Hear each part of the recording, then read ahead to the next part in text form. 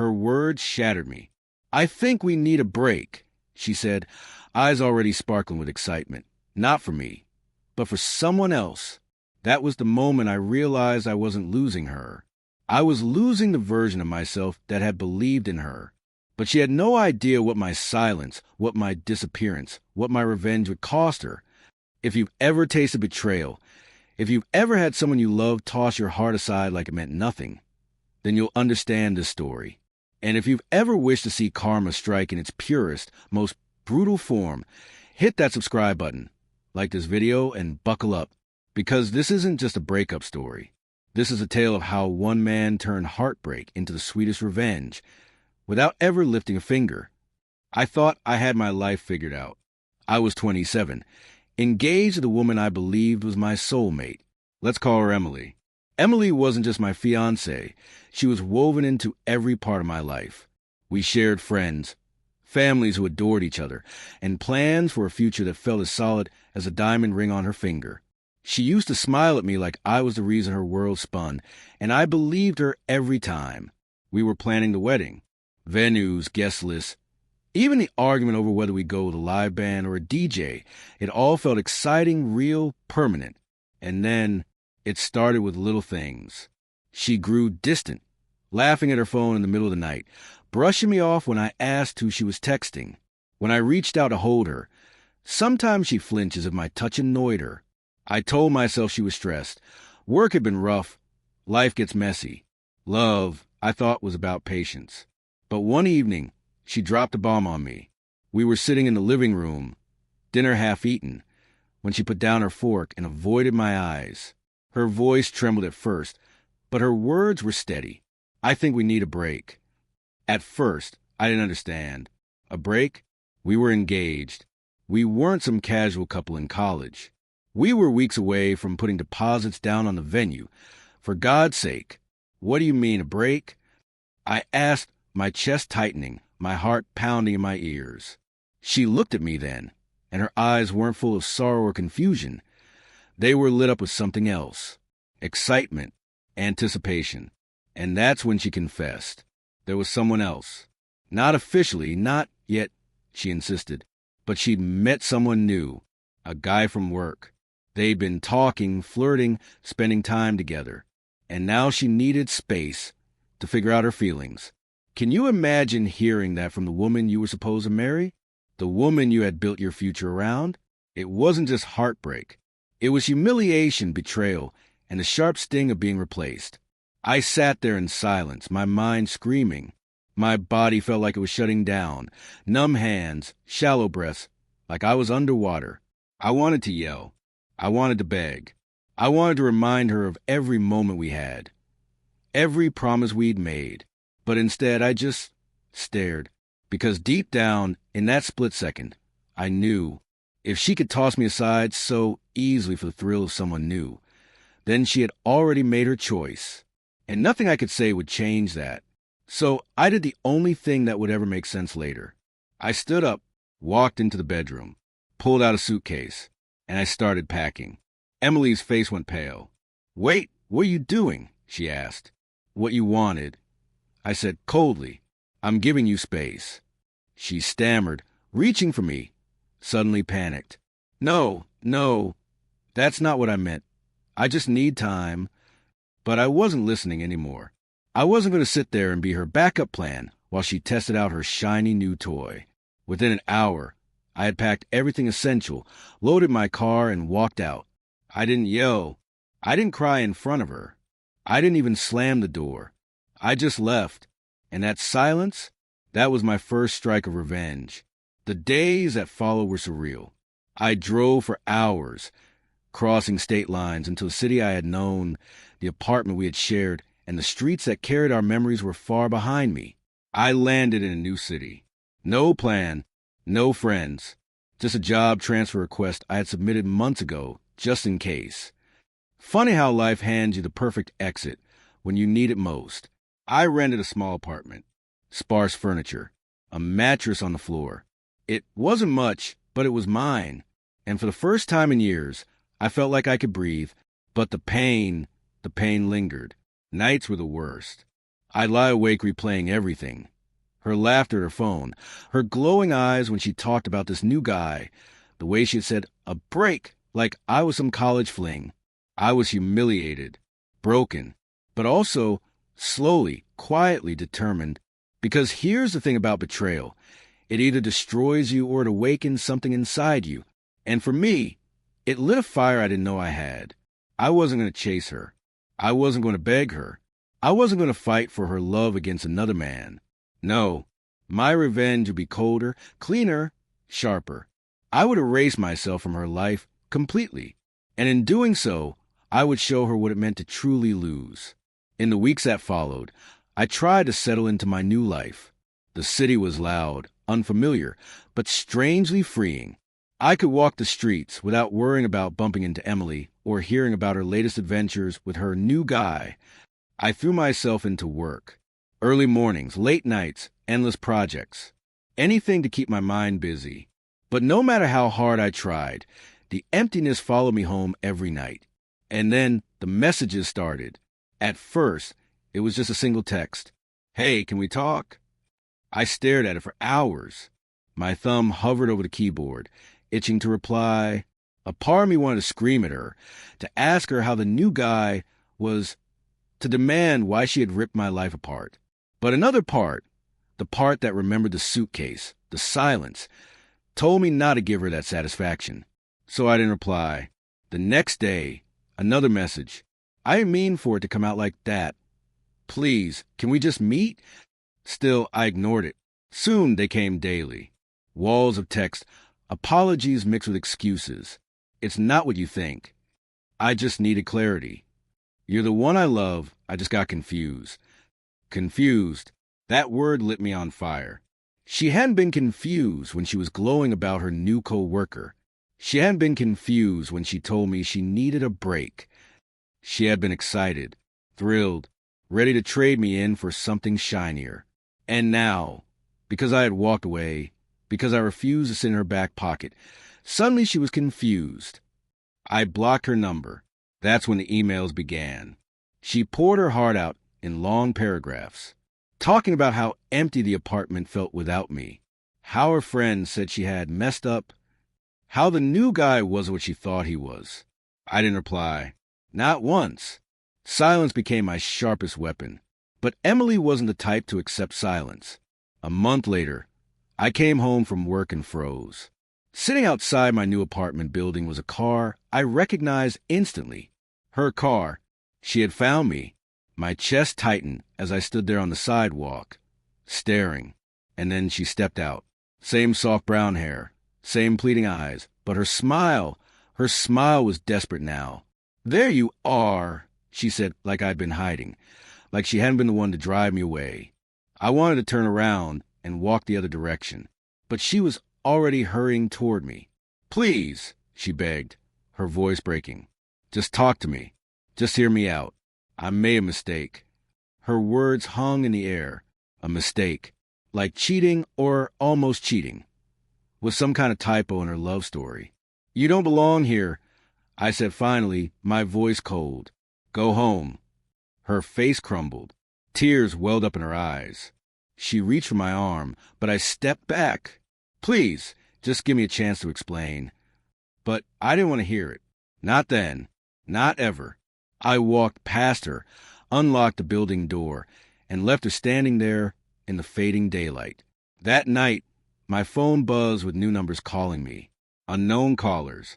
No doubt it was her. I turned it off and threw it on the counter. But she didn't stop. Over the next few weeks, she showed up more than once, waiting outside my building, trying to catch me on my way to work. One time, she even followed me inside before the doorman asked her to leave. It was like she had transformed into someone else. Not the confident woman who had tossed me aside for a co-worker, but a ghost, haunting me, begging for the scraps of a life she had thrown away. And still, I refused to give her anything. Not anger, not closure, not even words. Because here's the cruel truth she never saw coming. Sometimes silence is the loudest revenge of all. It didn't end there. Her parents got involved. One Saturday morning, I opened my inbox to find a message from an unfamiliar email address. When I clicked it open, my heart nearly stopped. "We're so sorry for what our daughter put you through." It was Emily's mom. She explained that Emily had told them everything about the co-worker, about the break, about how I had left without a word. They said they had tried to reason with her, try to help her see that she had thrown away something real. They begged me to talk to her, to give her a second chance. "She's miserable without you," her mother wrote. "She cries every night. Please don't punish her forever for one mistake." One mistake. That phrase twisted in my chest. Because to them, maybe it was just a mistake. But to me, it was a betrayal that had carved me open and left me bleeding. I didn't reply. And when her dad later reached out, writing a carefully worded apology, I didn't reply to that either. It wasn't about punishing Emily. It wasn't about making her suffer. It was about reclaiming the one thing she had tried to take from me, my dignity. And dignity doesn't come from screaming or begging or second chances. It comes from walking away and never looking back. But Emily didn't know how to let go. One night, I returned home to find an envelope slipped under my apartment door. My heart pounded as I opened it. Inside was a handwritten letter, pages long, the ink smudged from her tears. She wrote about how she'd ruined everything, how she couldn't stop thinking about me, how every memory of our relationship haunted her, how the new guy, this co-worker she'd been so giddy about, had turned out to be nothing but a fling. "He doesn't even compare to you," she wrote. "I was stupid, selfish, blind. Please give me another chance. I'll spend the rest of my life making it up to you." My hands trembled as I read it, not because I wanted her back, but because I realized something profound. For the first time in months, the power wasn't in her hands anymore. It was in mine. And my choice, the choice to stay silent, to move on, was the most devastating answer I could ever give her. By then, friends from back home started reaching out too. They told me Emily was spiraling, showing up drunk at parties, asking about me, crying in front of people. She was unraveling, and everyone could see it. Some people called me cold. Others called me smart. But deep down, I knew the truth. This wasn't about revenge in a dramatic movie-style sense. This was about teaching her the one lesson she never thought she'd learn, that when you betray someone's love, you don't always get the chance to apologize. Sometimes they just vanish. There's a moment in every story where the pain shifts. At first, it was unbearable. The empty bed, the silence in the apartment, the phantom ache of a future I'd once believed in. But slowly, that pain turned into something sharper, cleaner, a kind of clarity. And with clarity came resolve. Emily's endless texts, emails, and unannounced appearances weren't breaking me anymore. They were fueling me. Each desperate word, each tear-stained letter was proof that my silence had become the one thing she couldn't control. She wanted a reaction, anger, closure, anything to reassure her that she still mattered. But I refused to give her that. That was my revenge. Not dramatic, not flashy, but devastating in its simplicity. Because think about it. She left me for the thrill of someone new, believing I'd wait in the wings, holding on to hope. She thought she could put me on a shelf like an old book, collecting dust, but still hers when she wanted to open it again. Instead, I vanished. I built a new life where her name was nothing but a shadow, and it drove her mad. I remember the exact night this mindset crystallized. I had just gotten home from work, dropped my bag on the floor, and opened the fridge for a beer when my phone lit up. A new email. This time, it wasn't from her. It was from her father. "I know you're hurting," he wrote, "and I don't blame you for leaving. But please understand that Emily is human. She made a mistake. Don't throw away years together over one lapse in judgment. She's still the same woman you loved. She's begging for forgiveness." For a moment, I just stared at the screen. My jaw clenched so tight it ached. Still the same woman I loved? No, the woman I loved would never have humiliated me the way she did. The woman I loved wouldn't have let another man slip into her heart while I was planning our future. They didn't understand. They saw this as a bump in the road, a crack in the glass that could be patched with glue. But I knew better. Some cracks never heal. They spread until the whole thing shatters. That night, sitting in my dim apartment with the city lights flickering through blinds, I made my decision. I wasn't going back. I wasn't giving her closure. I wasn't even going to acknowledge her existence. From that point forward, my silence wasn't just avoidance.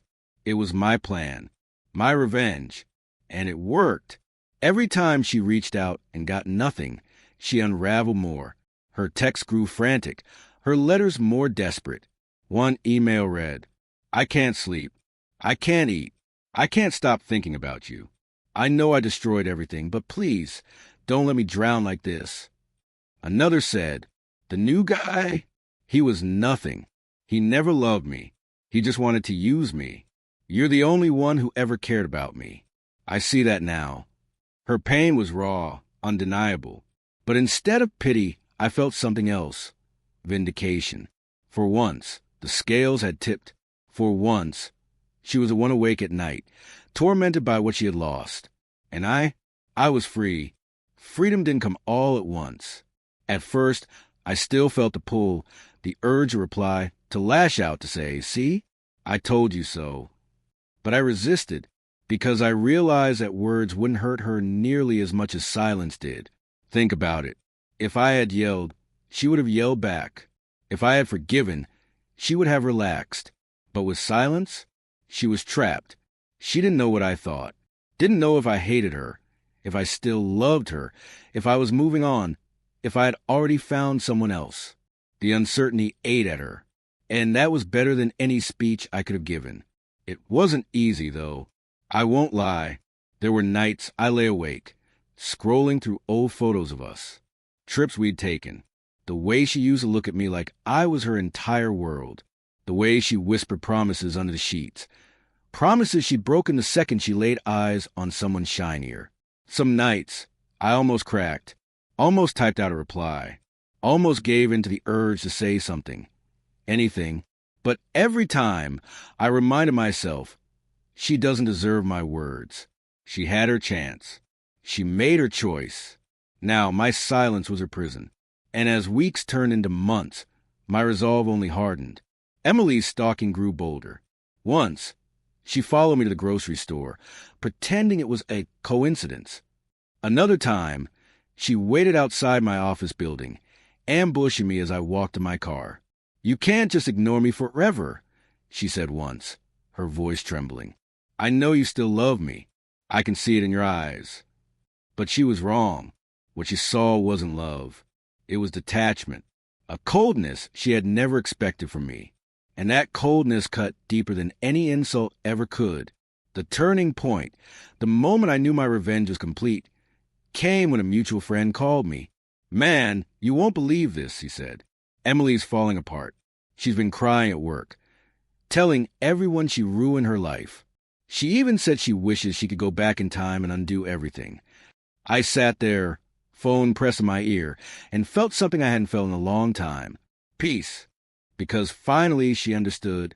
She finally saw the magnitude of what she'd thrown away, and she knew she would never get it back. That was my revenge. Not screaming, not fighting, not some elaborate plot. Just silence. Cold, unwavering silence. It stripped her of the one thing she wanted most, my attention. And in the end, it broke her far more than anything else I could have done. Revenge doesn't always come with fireworks. Sometimes it's quiet, slow, almost invisible, until the one who wronged you realizes they've lost everything and there's no way back. That's exactly how it played out with Emily.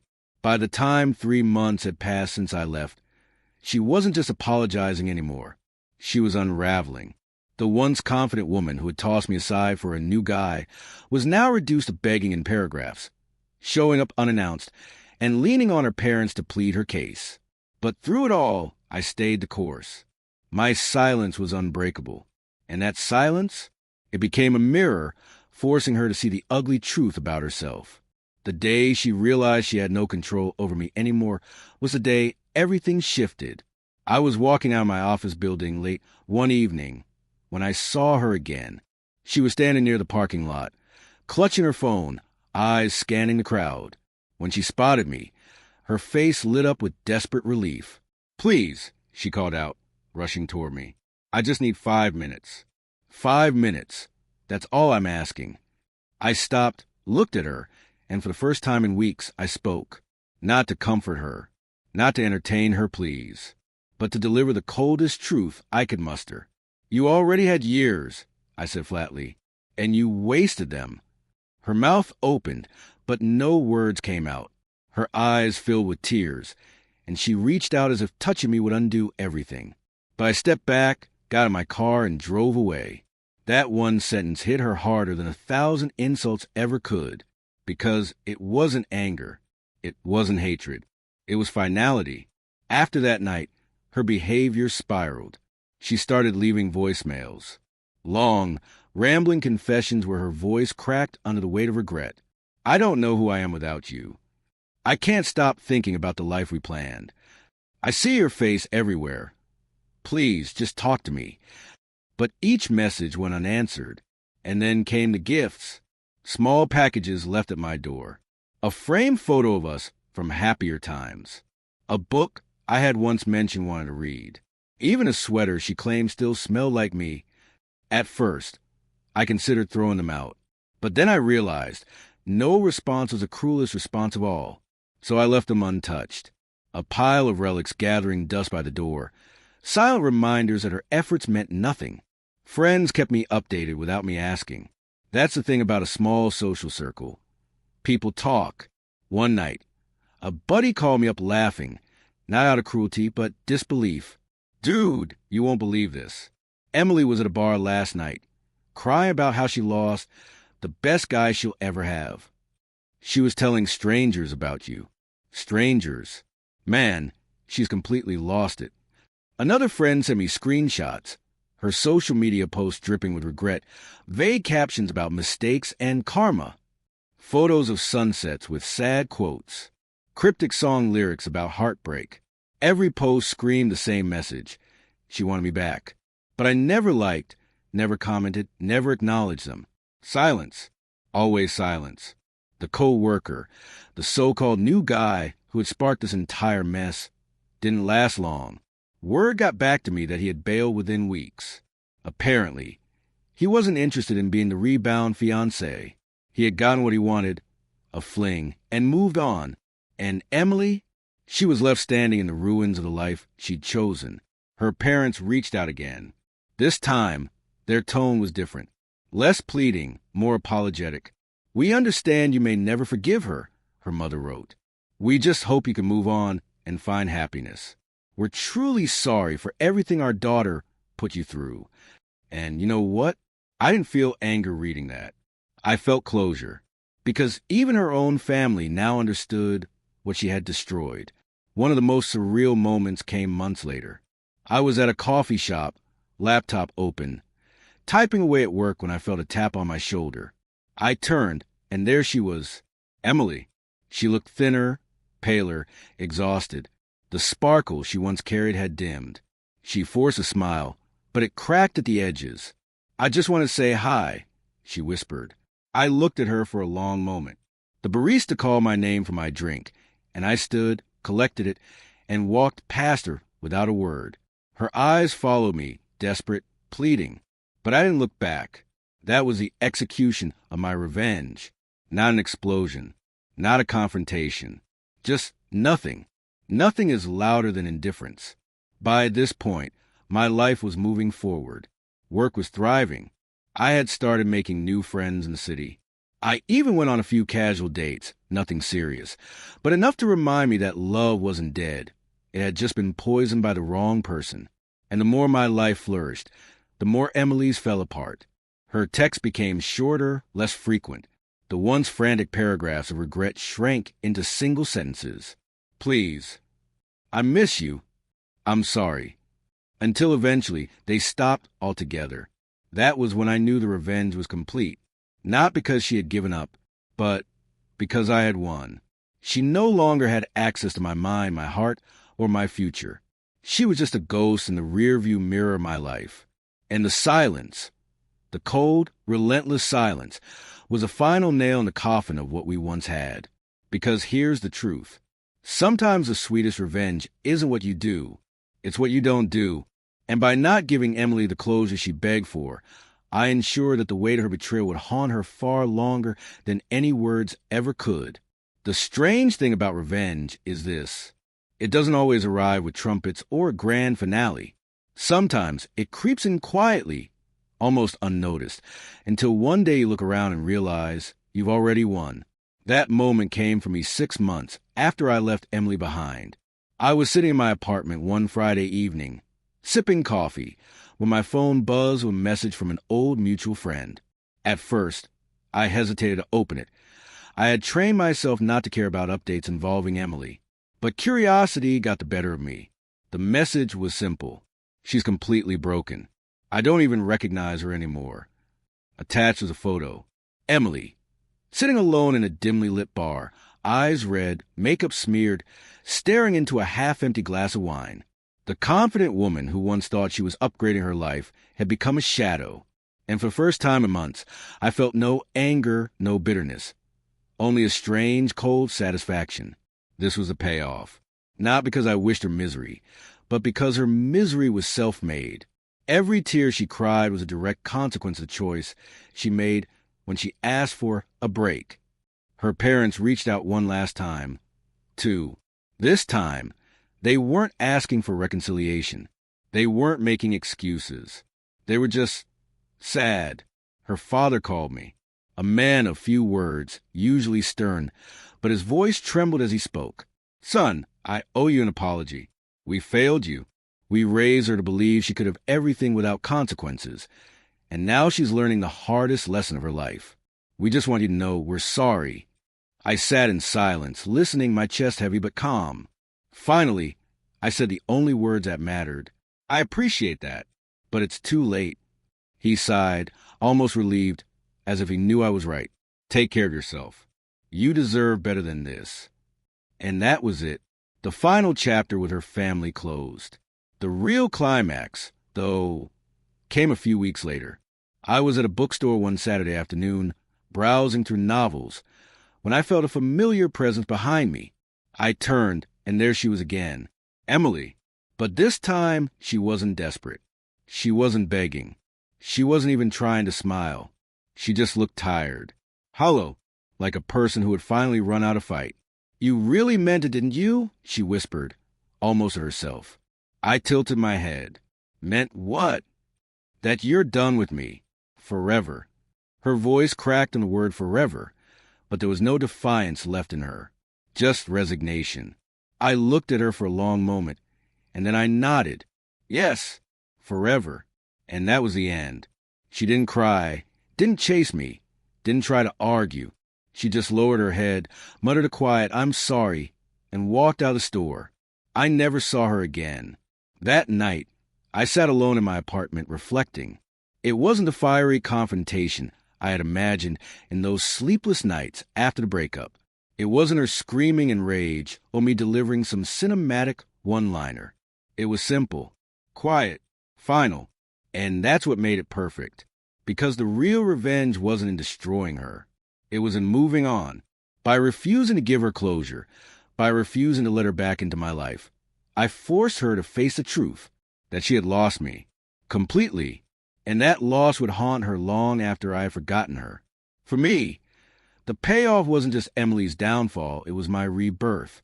I had started over in a new city, built a new life, found new joy in little things. My career was thriving. My friendships were stronger. I was healthier, happier, freer. Every step forward was another nail in the coffin of who I used to be, the man who begged for scraps of affection, who tolerated betrayal, who believed love meant suffering. That man was gone. In his place was someone stronger, someone who understood his worth, someone who would never settle for less again. And here's the thing. Emily probably still thinks of me. Maybe she always will. Maybe, in quiet moments, she replays the night she asked for a break, wondering how her life might turn out if she hadn't thrown me away for a co-worker who never cared. But that's her burden to carry, not mine. My revenge was never about punishing her. It was about reclaiming myself. And in that I won, because sometimes the sweetest revenge isn't burning bridges. It's walking across them, never looking back, and letting the fire burn behind you while you keep moving forward. And that's exactly what I did. When I look back on everything, it almost feels like someone else's life. The heartbreak, the betrayal, the night staring at the ceiling wondering why wasn't I enough. Those moments used to consume me, but now they feel like scars. Faded, painless, but still there to remind me of what I survived. And I realized something powerful in the process. Revenge isn't always about hurting the other person. Sometimes it's about healing yourself in a way that makes their memory powerless over you. You see, when Emily chose someone else over me, she wasn't just making a bad decision about our relationship. She was revealing the truth about her character. She showed me she was impulsive, selfish, and shallow. She showed me she valued temporary excitement over lasting loyalty. That truth hurt. It ripped me apart. But once I accepted it, I understood her betrayal was never about my worth. It was about her flaws. And that changed everything. Think about it. How many times have we all been underestimated, disrespected, tossed aside by people who thought they could do better? It's a universal pain. Maybe for you, it wasn't a fiancé or a romantic partner. Maybe it was a boss who fired you unfairly, a friend who betrayed your trust, a family member who constantly belittled you. We've all tasted that bitterness. And in those moments, the desire for revenge is natural. We want them to hurt the way they hurt us. We want them to see us rise, to choke on their regret. But here's the lesson I learned the hard way. The most devastating revenge is not obsession. It's indifference. Because when you no longer care about them, when their opinion, their validation, their apology means nothing, that's when you've truly won. Emily taught me that. She thought I'd always be waiting, orbiting around her like a planet circling the sun. She thought she could leave, test out her shiny new life, and come back when it didn't work out. But I broke free of that orbit. I found my own light. And when she tried to return, she found only emptiness. That emptiness was louder than any speech I could have given, louder than any act of petty revenge. It told her everything she needed to know, that I was gone, that she lost. And that's why this story isn't really about her downfall. It's about my rebirth. I came out of this not weaker, not broken, but stronger, more focused, more alive. And if you're listening to this, maybe you're in the middle of your own storm. Maybe someone's betrayed you, belittled you, or left you behind. Maybe you're hurting, wondering how you'll ever get through it. Let me tell you, you will. Not only will you survive, but if you choose to rise instead of sink, you'll come out sharper, clearer, stronger. Because betrayal doesn't define you. Your response does. So here's the universal truth. When someone throws you away, don't waste your life digging through the trash to find them again. Build yourself into someone so whole, so unshakable, that they couldn't touch you even if they tried. Because at the end of the day, revenge isn't just about justice. It's about transformation. And transformation is the kind of revenge no one can take from you. So now I want to hear from you. What's the most satisfying revenge you've ever seen, or even lived through, in your own life? Share it in the comments below, because these stories remind us all that karma never forgets. And if this story resonated with you, if you ever felt the sting of betrayal and the sweetness of rising above it, hit that like button, subscribe for more stories of justice served, and join our community where we turn pain into power. Because here, we don't just tell stories, we reclaim them.